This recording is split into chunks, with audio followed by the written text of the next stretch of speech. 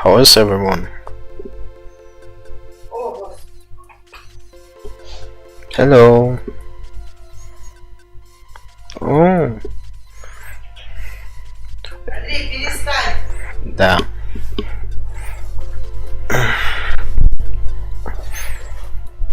So.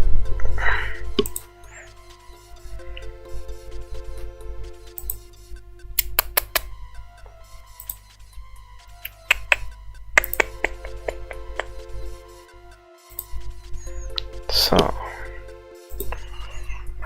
Wait.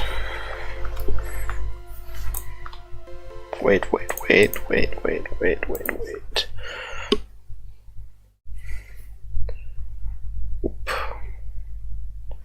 So. How are you guys? Do you hear me good? Hmm? Do you hear me good? Wait. Like this.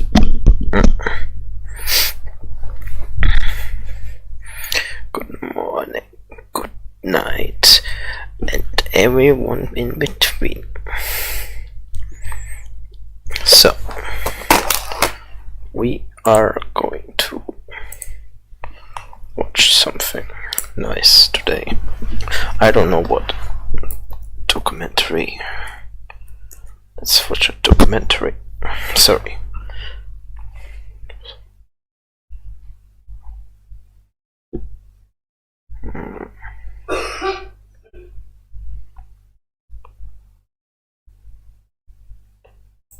Let's go. Kosmos Direct Flex Invest. I cannot skip ads.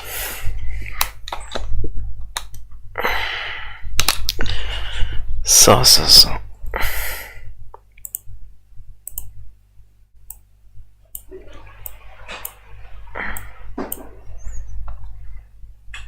Я не понимаю, что за блядь там сидит нахуй, днем с тобой разговаривать. Работать не надо ему или ей? Чё ты на меня так смотришь? Или такой же, как ты? Сиди дома, блядь, и мозги ебать. Я больше не слышал ни звука. So.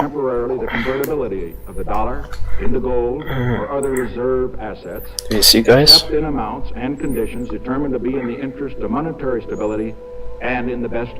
Sonic? You want Sonic? Okay. You watch Sonic. Sonic. What's Sonic? Just Sonic.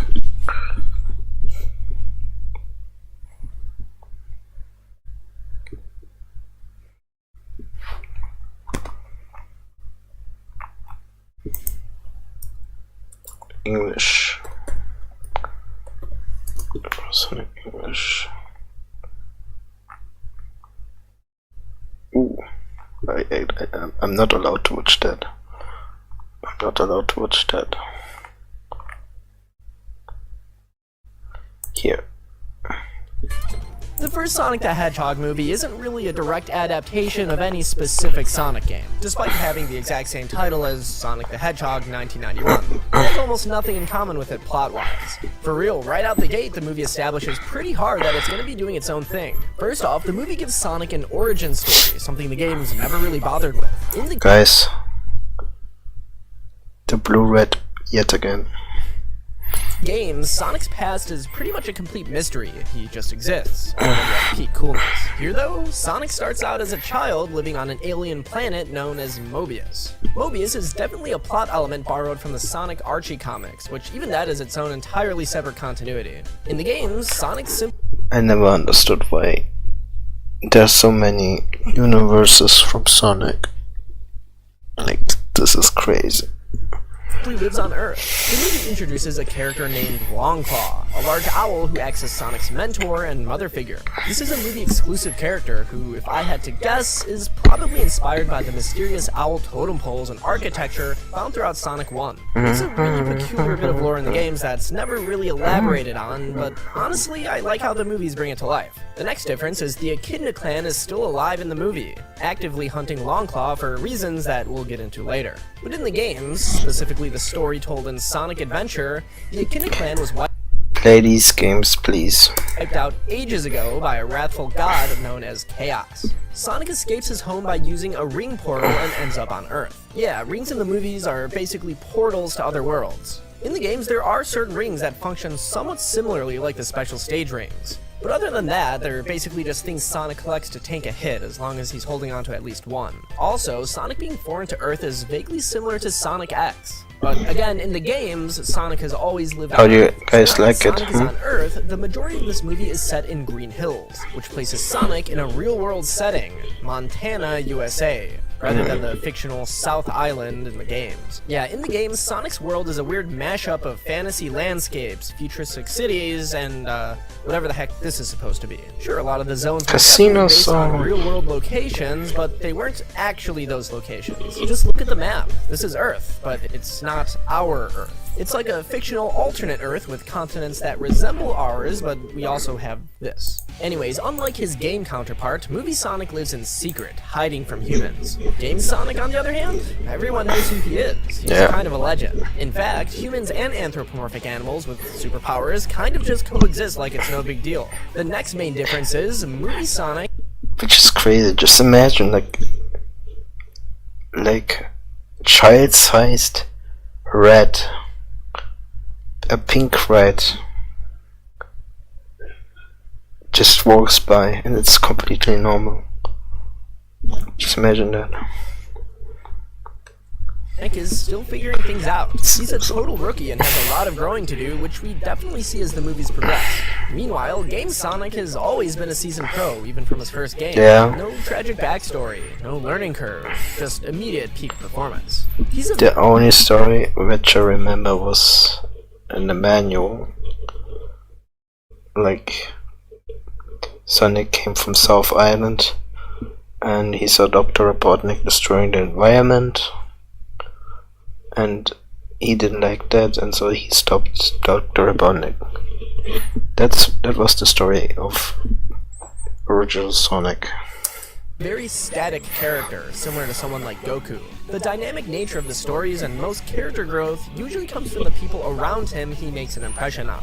We also learn that the Sonic movie universe is a lot larger in scale. What I mean by this is that Mushroom Hill, for example, a level in the Sonic game universe that's located on Earth, is its own entire planet that Sonic is able to travel to if he so chooses via his ring portals. We eventually get introduced to two of our main human characters, Tom and Maddie Wachowski. Once again, these guys are completely exclusive to the movie universe. Actually, most human characters in the movie are original, including Wade, Rachel, and a bunch of other side characters that pop up over the course of the 3 movies and a TV show.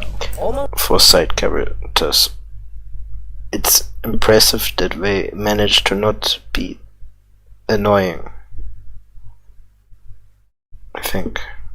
Almost none of them exist in the games. This isn't to say that the game universe doesn't have humans though. Like I said, Sonics and humans coexist. And there's plenty of games with human characters that play a decently important role. Anyway, another difference is that the movies introduce a brand new concept where Sonic's quills contain insane amounts of energy. Game Sonic's quills are just quills. At most, they look a little bit sharper when he goes super, but that's about it. Sonic also gets a bunch of flashy electricity effects when he runs in the movies. In the games, his speed is more about wind trails and blur effects. No crazy elemental stuff. Anyways, Sonic's speed ends up knocking out power across an entire region, which is how he ends up on the government's radar. Overall, I'd say the government could care less about what Sonic is doing in the game universe, usually. Unless he's being mistaken for a certain black hedgehog. At most, Sonic's speed causes minor property damage, but hey, he saves the world, so what can you do?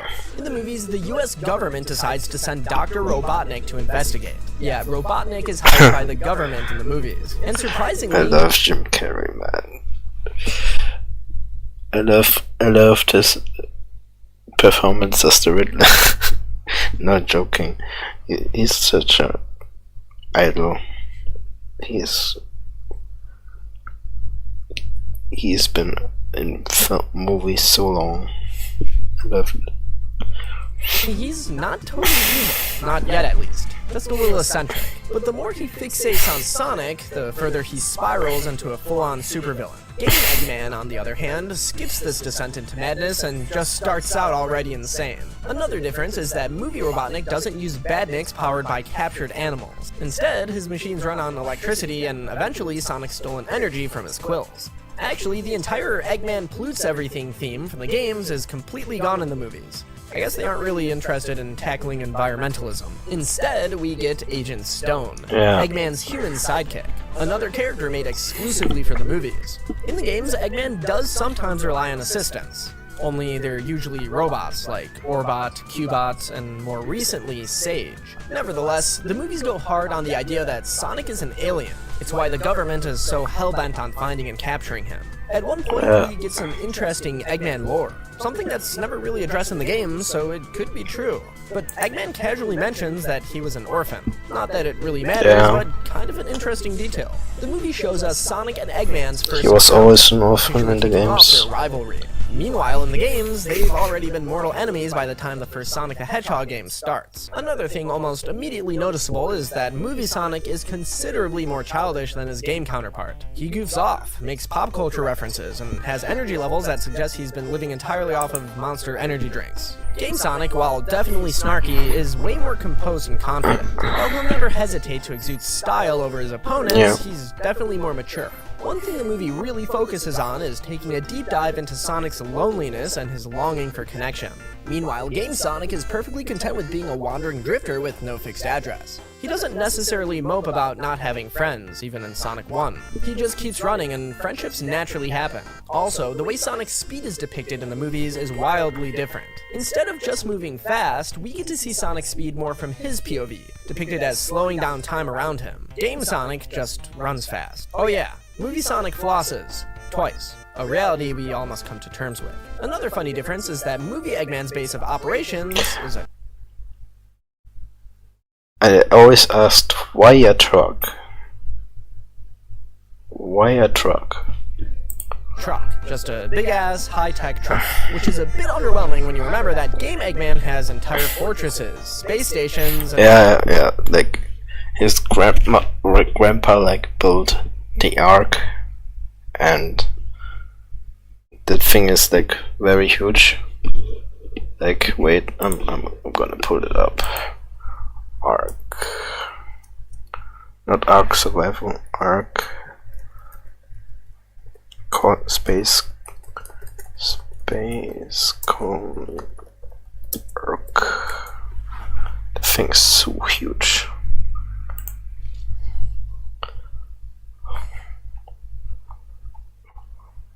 Where is it?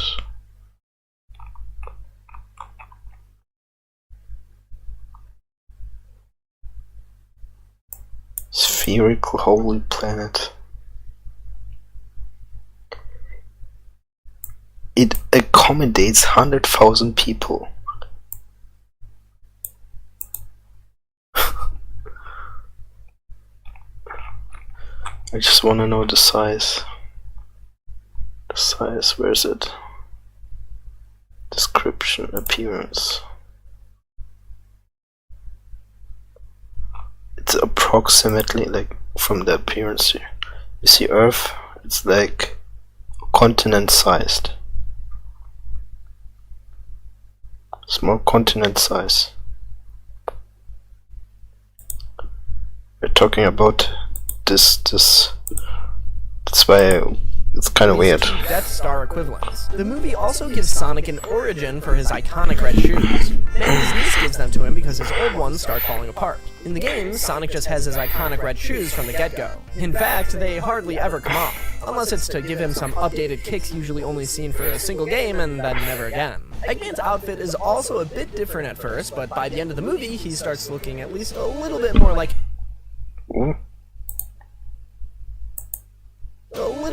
his classic self. Big mustache, red coat. Yeah, he's still pretty skinny and has a full head of hair, but he's slowly getting there. Using one of Sonic's quills, Eggman is able to make his machines match Sonic's speed, which is honestly the only logical way he'd ever be able to keep up with him.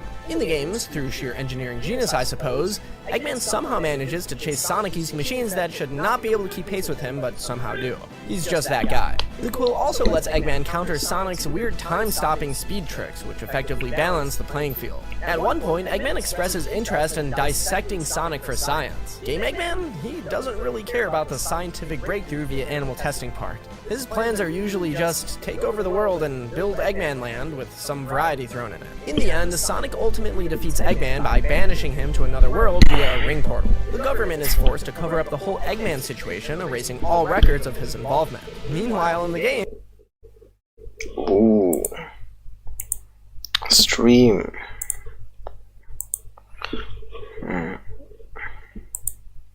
Is it because... okay, wait guys. Wait. Let's... Eggman regularly commits massive acts of terrorism, and the world kinda just deals with it and trusts Sonic is gonna... Wait a moment. It'll get better.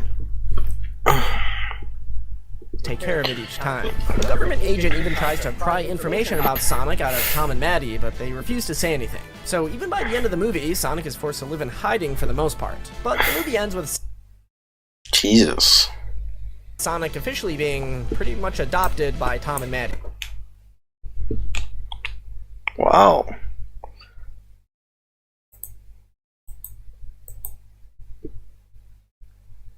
Anmerkungen.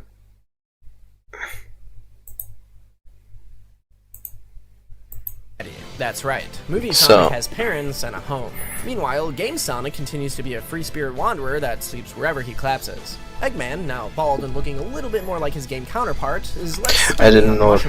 And that's where the first Sonic movie leaves us. I know. Eggman is stranded, Sonic has a family, and somewhere in the VFX is trying to spread the memory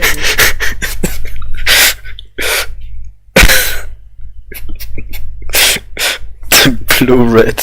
Look at... Look at scheming on the it. Wait, mushroom look at and it. that's where the first Sonic movie leaves us. Eggman is stranded, Sonic has a family, and somewhere the VFX... Look at him. His Majesty.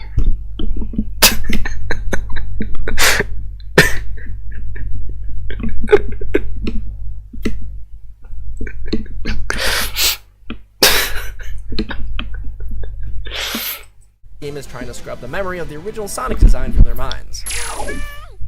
But before we continue, I'd like to show myself for a second. I am making my own video game. Welcome to Star Garden, a cross between two gameplay styles inspired by Kirby Air Ride City Trial and Sonic Adventure 2's Chow Garden. If you're a fan of experimental Y2K themed GameCube era games, then this is the game for you. We're doing Wave 2 of our wishlist stretch goals. We're currently sitting at 18,200 wishlists at the time of making this video. Each stretch goal met will unlock more characters. For example, here are the characters we unlocked in Wave 1. Think of it this way, if every viewer went to wishlist right now, we'd absolutely blow past all of our goals and unlock every character. So go and wishlist Star Garden on Steam to help unlock the new characters. The link will be in the description. Thank you guys so much for the support so far. Anyways, guys, support Chow Mix. Wait, I do it too. Yeah, it's a good video. on to the video. The second Sonic the Hedgehog movie is loosely based on both Sonic 2 and Sonic 3 and Knuckles. Yeah, from here on out, the movies try to borrow more and more from the games. Since it has to work with the lore the first movie already established, a lot of the lore is already wildly different. But not necessarily in a bad way. Movie 2 opens with Eggman still stuck on the Mushroom Planet. Using Sonic's quill, he builds a machine that lets him open a portal back to Earth. It's here where he runs into Knuckles the... Guys, I keep saying, watch the movies, please. Especially 2 and 3. 1 is, it's like a buddy cop animal type of movie, but 2 and 3, you need to watch them. I highly recommend. Echidna. Eggman and Knuckles immediately team up, forming an alliance to take down Sonic and retrieve the Master Emerald. And yes, this pretty much mirrors Sonic 3, where Eggman manipulates Knuckles into thinking Sonic is the bad guy. But Knuckles' backstory, well, that's where things get slightly different. In the movie, Knuckles has been searching for Sonic almost his entire life, convinced that he knows where the Master Emerald is. Just like in the games, he's the last of his tribe. But how he got here is very different, which we'll be getting into soon enough. But anyways, movie Sonic has now fully embraced the idea that he's a superhero. He even calls himself Blue Justice, despite being horribly bad at the whole crime fighting thing. Yeah, even a whole movie and Sonic is still somewhat an amateur. All the theatrics aren't really Game Sonic's cup of tea anyways, as he doesn't really seem to do anything for glory. Tom, ever the responsible parent, lectures Sonic for wrecking a city while trying to save it. Something Game Sonic is probably grateful he never has to deal with. Tails makes his debut appearance in the movies soon after. He tracks down Sonic after detecting his energy wave from the first film. In the games, Tails meets Sonic on Westside and Sonic after detecting his energy wave from the first film. In the games, Tails meets Sonic on Westside Island and starts following him around like an overeager fanboy. Same concept, but different execution. Watch shadow edits. Okay, I will do that. We will watch shadow edits after this video. Anyways, okay. Eggman and Knuckles track down Sonic at the Are you happy? house, setting up their first big fight. It's a pretty cool fight, but actually in the games, Knuckles ambushes Sonic while in his super form and punches the Chaos Emeralds out of him. It's kind of one of the most insane first impressions of all time. But in the movies, the fight happens inside of a suburban home instead of a mythical jungle island. So, you know, same energy. But then we get the big change. We learn that the Master Emerald is not just the Master Emerald. Instead, it's made up of all 7 Chaos Emeralds combined, which, if you know the games, is not how that works at all. The Master Emerald and Chaos Emeralds are completely separate, and whoever wants to collect them needs to find all 7, making the task very difficult. In the movies, Knuckles thinks the Master Emerald belongs to his tribe and is on a mission to reclaim it. In the games, he's more of a guardian of the thing rather than an heir. He doesn't see the emerald as a birthright, he just protects it because it's his duty. The movie also establishes that the Echidnas once used the Master Emerald as a weapon, which is why the Owl Clan, the one that Longclaw is from, stole it and hid it away. But her people would be wiped out by the Echidnas as the Echidnas wiped out by the Owls. And little did we know at the time, but the encounter with the Echidna Clan and Longclaw at the beginning of the first movie would be the finale, finishing off the 2 clans once and for all except for the lone Echidna who stayed behind, Knuckles. So yeah, Longclaw apparently solos the rest of the Echidna Clan off screen and then dies. Fucking based as hell. Guys, please watch the movie. Just the second time. But anyways, this is wildly different than what happens in the games. In that universe, the Echidnas were wiped out by Chaos after they got greedy with the 7 Chaos Emeralds, using them for power to wage war and conquer land. I have a whole video on the Echidna Clan lore, so make sure to give it a watch if you're a huge Sonic lore head like myself. It's good stuff, I promise. So Knuckles has been tracking Sonic because, as we learn, he has a map that leads to the Master Emerald's hiding spot on Earth. Meanwhile, in the games, Knuckles actually has a sort of sixth sense to detect where the Master Emerald is. No need for a treasure map, he senses it in his feet. Shoutouts to Hunted P, definitely a really cool guy with no controversy whatsoever. At any rate, Eggman sets up his new base of operations in a coffee shop, which is a bit of a downgrade from the last movie, and an even bigger downgrade compared to the games. But oh, Eggman Land. It's literally countryside. Everything's countryside. sure, why not? Evil plans gotta start somewhere. Also, Angel Island? Not a thing in the movie universe at all. Instead, locations like Mushroom Hill, Ice Cap, and Angel Island Zone are loosely represented by real-world places scattered across Earth like Hawaii and Siberia. A little over halfway into the movie, Gunn, the Guardian... I ever doubt we will do a live-action version of these places, because just the budget doesn't exist. You need to basically do what Game of Thrones did, and that's not possible with movie budgets. It's already a lot of money. Units of Nations finally shows up. But here they're brand new, formed in response to Sonic's presence from the first movie. In the games, they've existed for at least 50 years, long before Sonic was even a thought in his parents' head. We'll get more into them and their huge lore differences in movie 3. Anyways, the Master Emerald ends up being locked up inside a labyrinth-style temple in Hawaii. This is very obviously a reference to Labyrinth Zone from the first Sonic game, which is pretty fitting considering that the level had a ton of mysterious owl-themed architecture in it anyways. However, in the games, the Master Emerald has always been kept on Angel Island, with no Indiana Jones-style traps involved. Labyrinth Zone really doesn't have anything to do with the Master Emerald there. So Eggman, being Eggman, betrays Knuckles and steals the Master Emerald for himself. This does happen in the games too, except movie Eggman takes it a step further. Instead of just stealing the Emerald, he absorbs its power and becomes a supercharged, godlike being. Eggman definitely doesn't do that in the games. But yeah. You know what? Maybe he should. I think we need more Eggman power scaling in the games, because, like, this is insane. So Sonic, Tails, and Knuckles team up to stop Eggman and take back the Emerald. I think they did it because, we can't... It will seem weird if Eggman suddenly can afford to build, like, a Death Egg robot. We're so huge, like the size of us. In Sonic 3 and Knuckles, but It will seem weird. Eggman then builds the Death Egg Robo, using his powers to combine scraps from Gun's equipment and other various technologies. Yeah, in the game, the Death Egg Robo is the final boss in Sonic 2 and Sonic 3 and Knuckles, and it's something Eggman constructs the old-fashioned way. Robot slave. Meow meow. Anyways, Gun actually gets involved in the battle, which is funny considering this is supposed to be an adaptation of Sonic 2 and Sonic 3 and Knuckles. They don't really show up in the immediate story until Sonic Adventure 2, a few games later.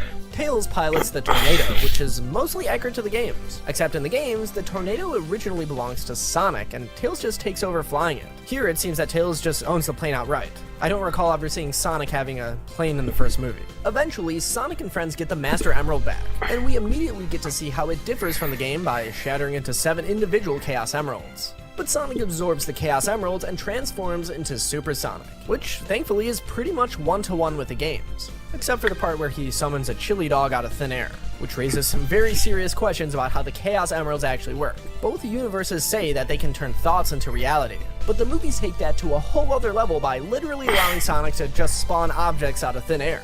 Pretty crazy stuff. Another thing is, unlike the games, where Super Sonic burns through rings and eventually reverts, the movie version of Super Sonic makes it seem like a permanent transformation unless Sonic actively...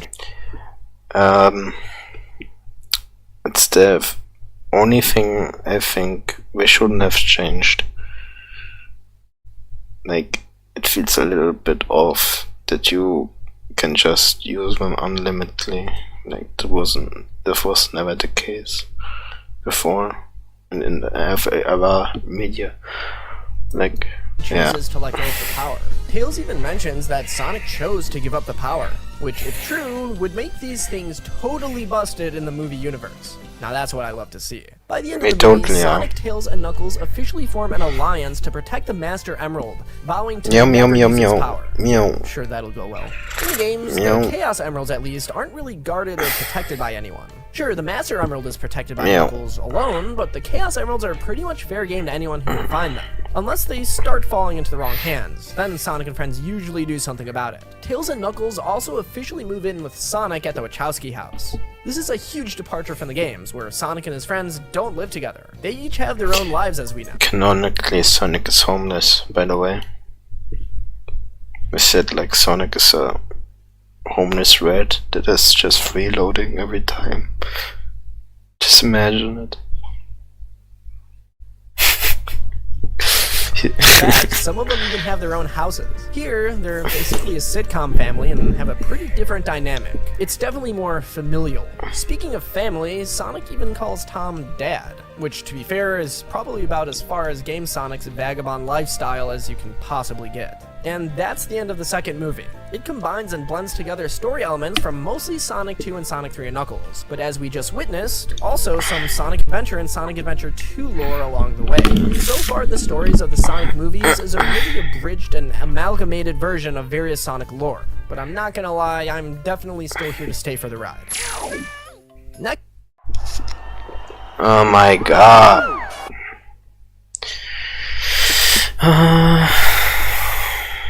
Not the character, but the TV show. It's a spin-off that goes off in an entirely different direction, not following any specific game storyline whatsoever. And even compared to the movies, it leans way harder into comedy. However, there are a few interesting things here that set a big precedent for lore changes. Throughout the show, Knuckles gets visions from Chief Pachacamac, a deceased Echidna Clan leader. In the games, Pachacamac was a power-hungry warlord responsible for the destruction of the Echidnas. And he existed long, long ago, way before Knuckles' time. Also, in the movies, he's way goofier than his game counterpart. Like, I'd never be able to look at this guy from the movies and think of the same bloodthirsty warmonger from Sonic Adventure. At one point, the show randomly references Iblis and the Flames of Disaster. Oh god. These are plot points from Sonic 06 of all games. And let me tell you, that was probably the lore I was the least expecting to see in the movies. In the movies, Iblis is described as a fire demon wielding the Flames of Disaster, some kind of special fire ability. Knuckles allegedly defeats him and gains the power for himself. And by the way, this is all told through a rock opera-styled stage play.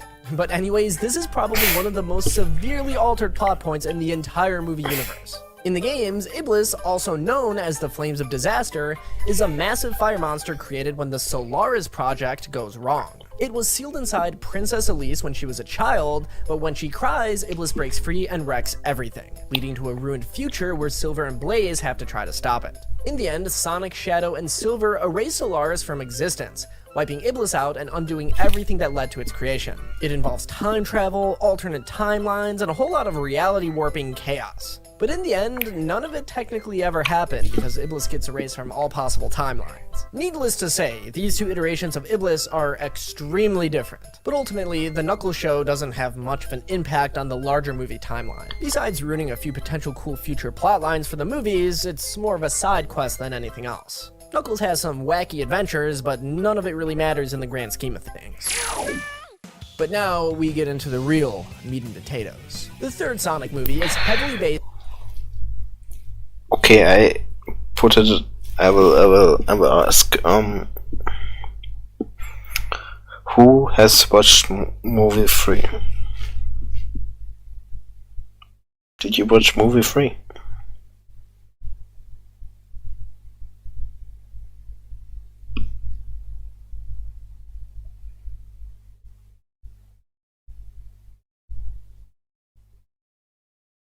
If no answer comes, we will watch shadow edits. Alright, you know what's gonna happen. Shadow edits.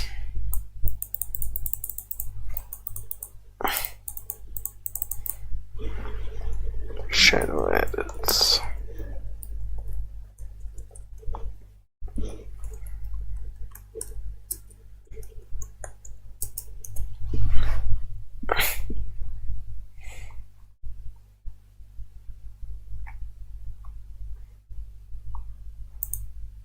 Okay, I lied.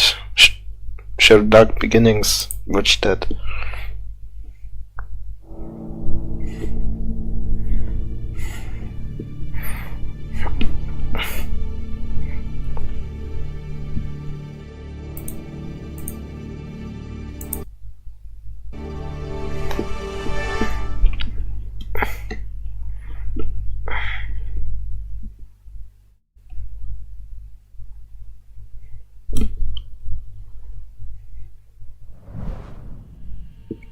"50 years ago, Space Colony Arc." Shadow! Hurry! Hurry!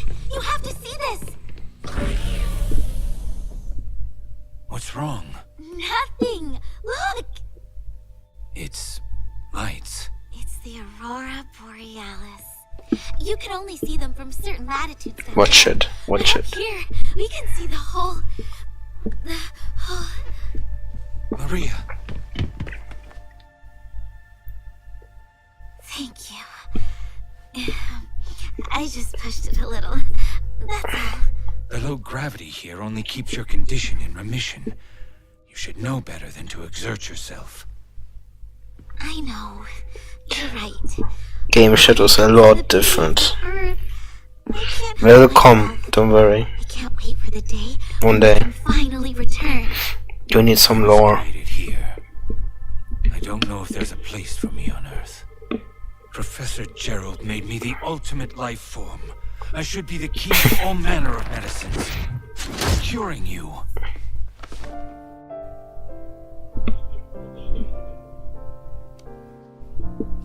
You and Grandfather are doing your best.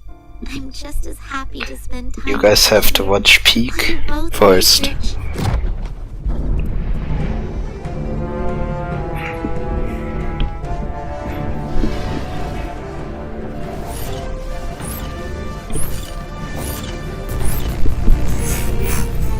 Watch Peak. This is Peak, guys. That robot was heading towards Grandfather's lab. Shadow, you have to save him.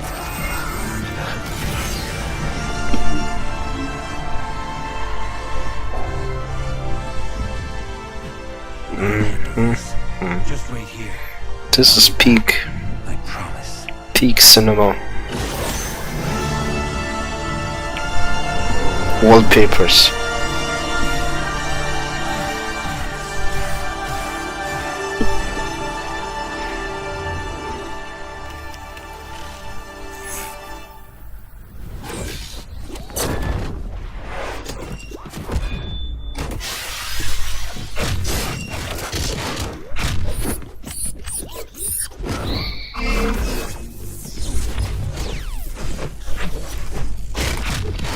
This is Shadow the Hedgehog.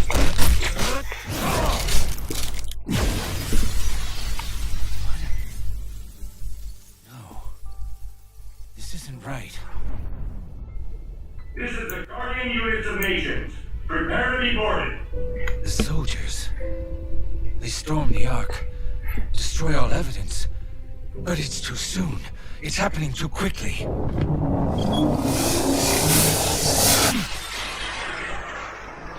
Peak. Peak.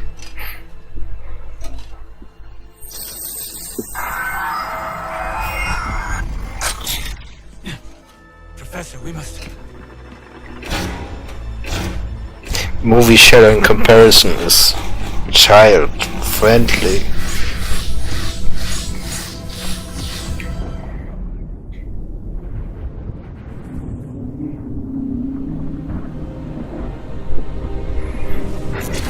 Pikachu. Yeah.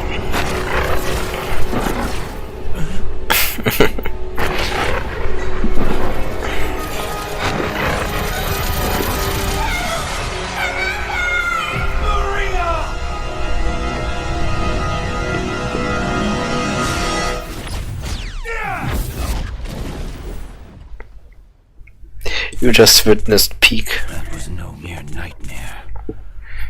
And it all began in view of the Ark. Could he have survived? That can't be. I need answers.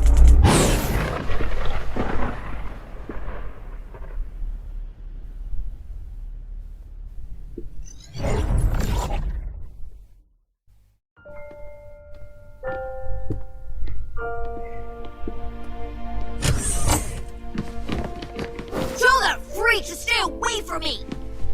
Abe! This is so peak. It's so peak, man. Shadow? That's so You peak, okay? man. Maria, I'm fine. It's just... the professor created me using alien DNA. The Black Arms, he called them. The same DNA as this... larva. This Oh my god. ugly, heartless creature. Imagine I may look animating like a this. hedgehog, This is but so... I'm really no different than this thing. It's not true. You have a big heart. It may be difficult for you to express it, but I know that deep down you really do care. About me. About everyone. What you do is what defines you. I know you're having a hard time finding answers, but I'm certain you will one day.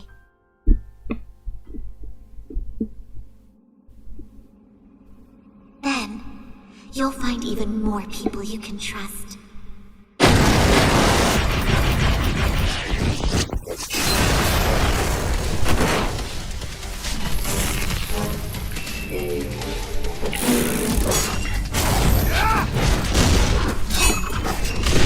You gotta watch peak.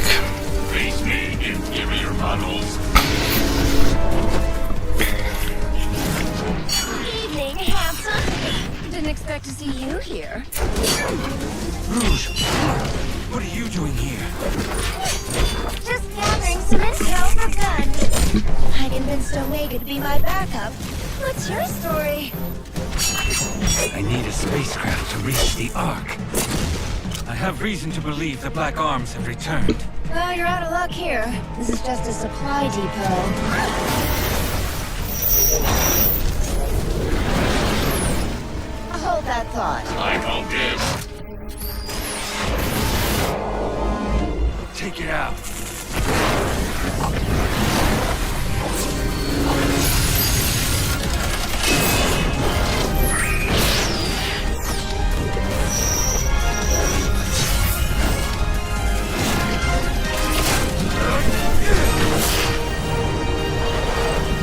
Now about this spacecraft. I can take you to a ship, but in return... This is why these edits of Shadow the Hedgehog are peak. You're going to have to promise to come to Sonic's We're peak. birthday party. I'll take that as a yes. Because of the Now character. then, interested in raiding a gun base?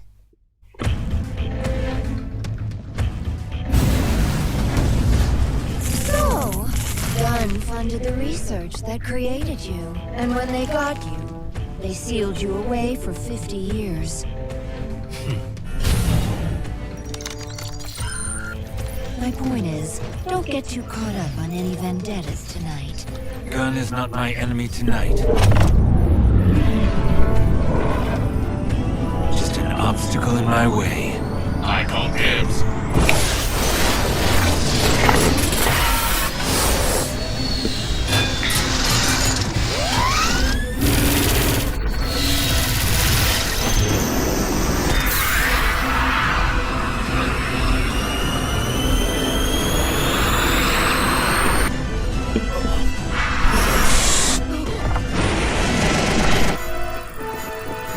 Imagine, man.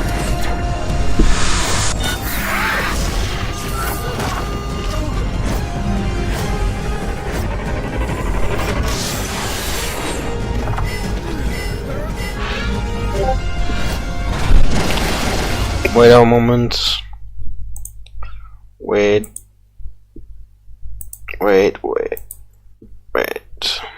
What's happening?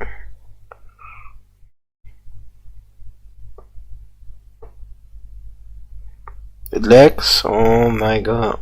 Okay. Should I wait a bit? Should I wait a bit? Okay, okay. Good. Maybe I need to pull the quality a bit down.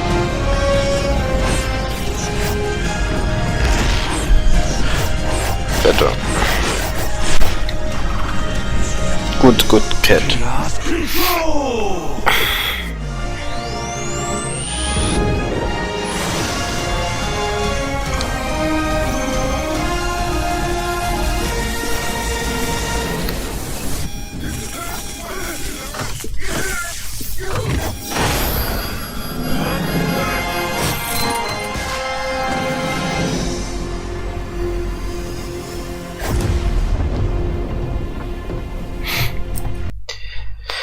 This bed is aura farming.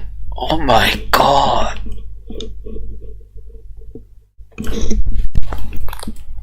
I wanted to destroy it. Shadow to Rouge. I'm in position. Copy that and initiate launch.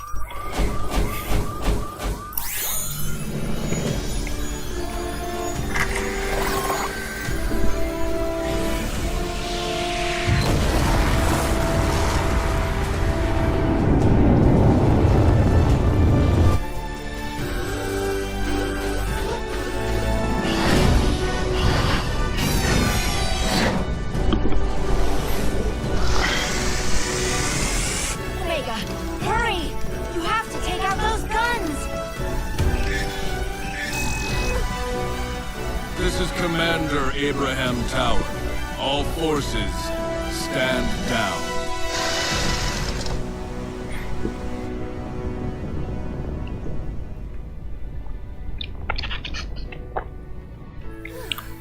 Abe!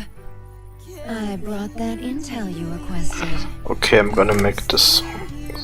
And aided in the You gotta vid this peak, guys. and gun assets.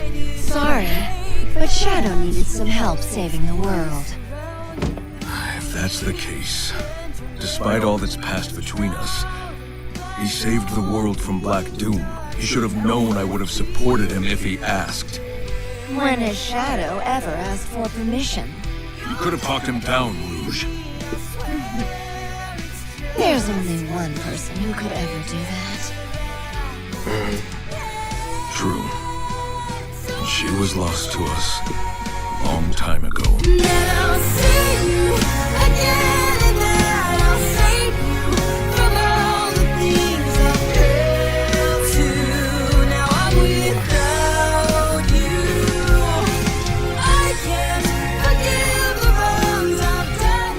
Stop it. That life was taken from me long ago. I need to focus on the mission at hand. Is it too loud? Okay.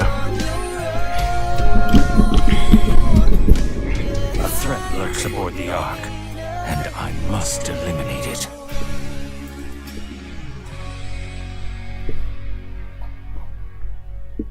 You guys should be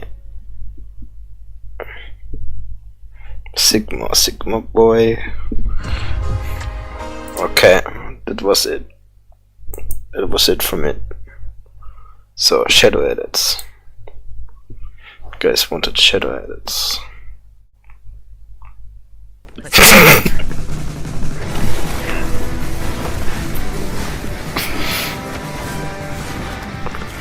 our exit. This is the first shadow edit.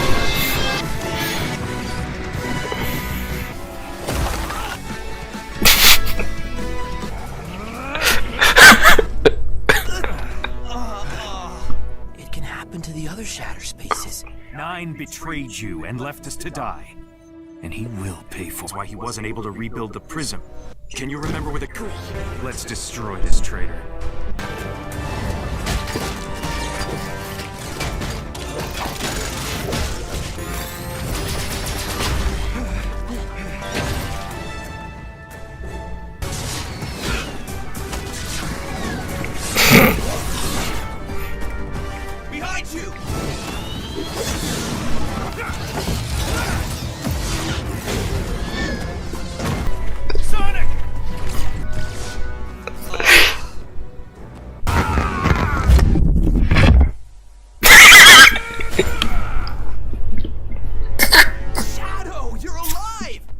farther up? We are not related.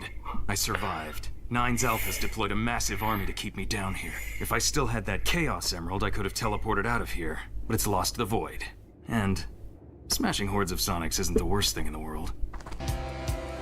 Up for smashing a few more me's?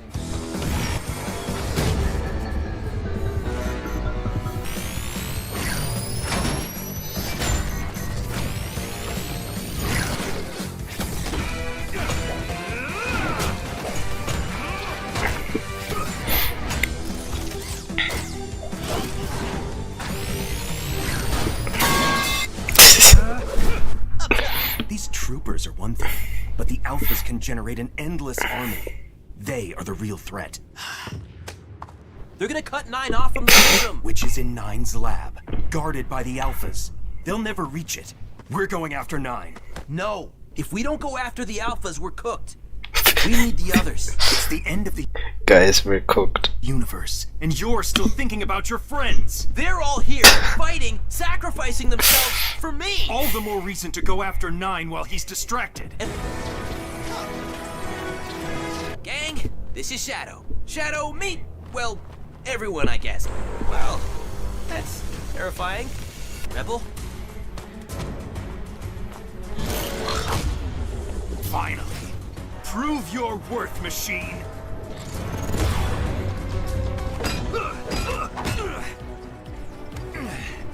Is that all you got? Shadow!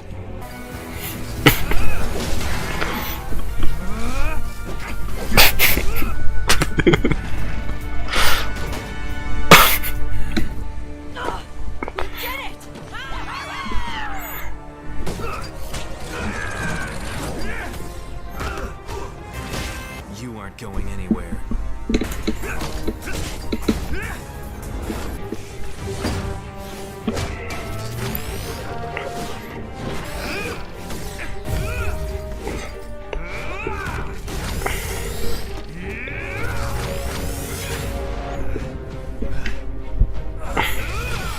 We are not finished.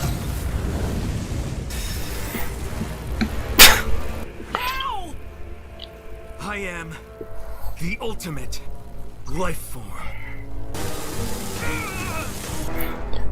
Chat, he is the ultimate life form, by the way. It's over, 9.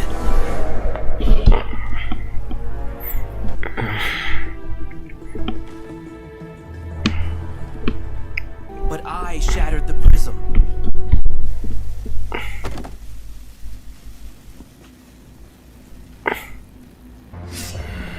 Stand down, Edgelord. Hold on, Shadow.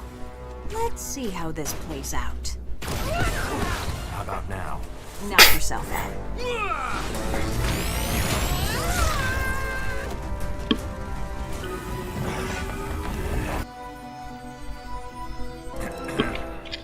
Oh, I suppose you need a ride too.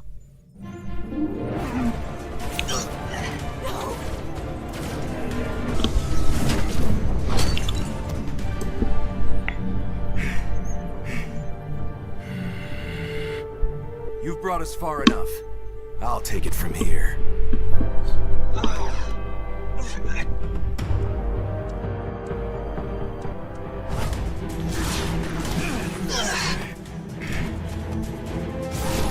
I never knew you were a hugger. Do you want me to save you or not?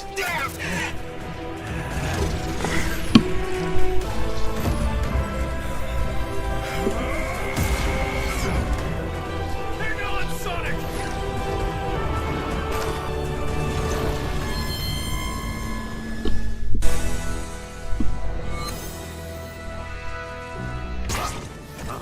Shadow? I am the ultimate life form. I go wherever I want. Chaos Control!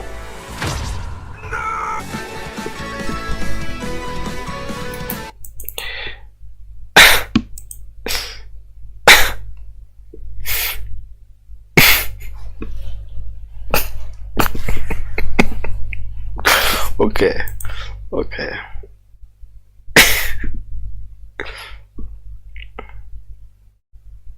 Here, TikTok compilations.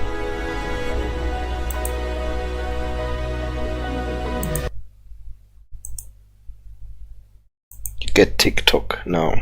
You're a colorful bunch. We don't want to fight you. Actually, Sonic, I would like to fight. Knuckles, no!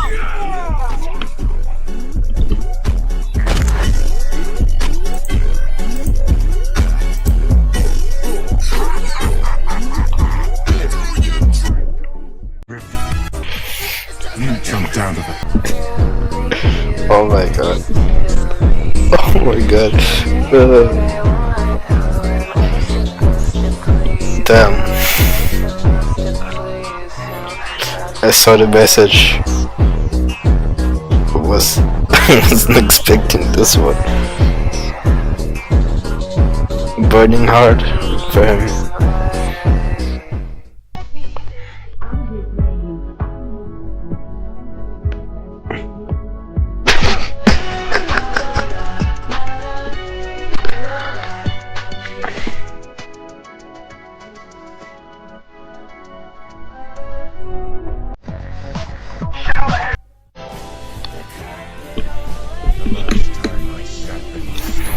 Oh, spoiler.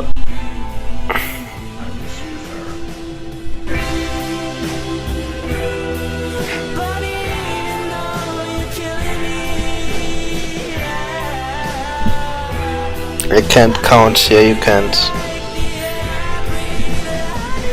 Adopt, anyone can. When we're done, there won't be anything left to rule. I come to make an announcement. That is a bitch ass motherfucker. He pissed on my fucking wife. Man. You wandering around. We'll fight again soon, Sonic. But next time, on my terms. Shadow Boom. Oh my god. No.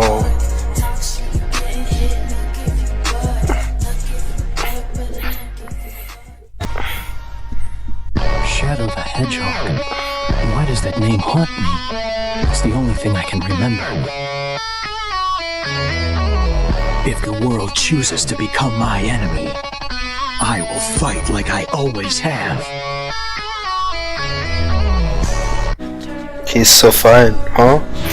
Gotta go fast. Don't tell me you've got a catchphrase.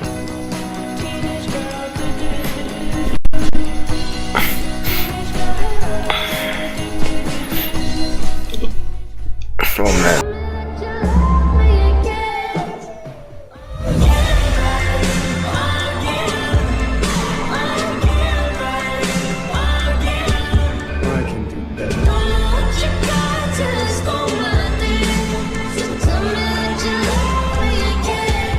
I can do better.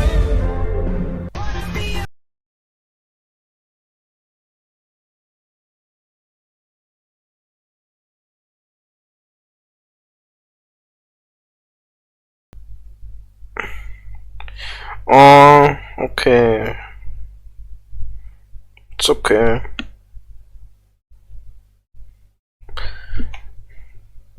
Thank you. I will probably.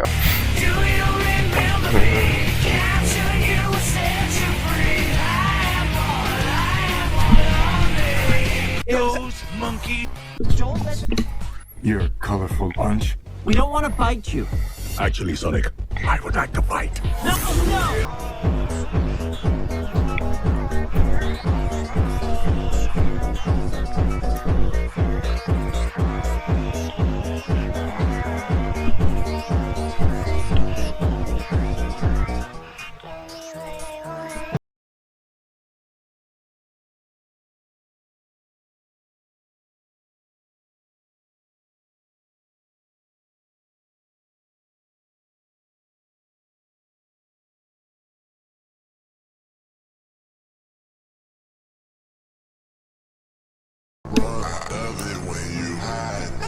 I've been looking for you a long time. I love it when you hide. I've been looking for you a long time. Why won't you leave me alone? No, I have to say, these edits are fire. I gotta say that.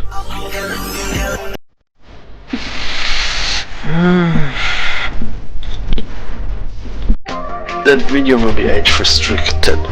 Anyways, thank you for watching. I will end the stream. Thank you.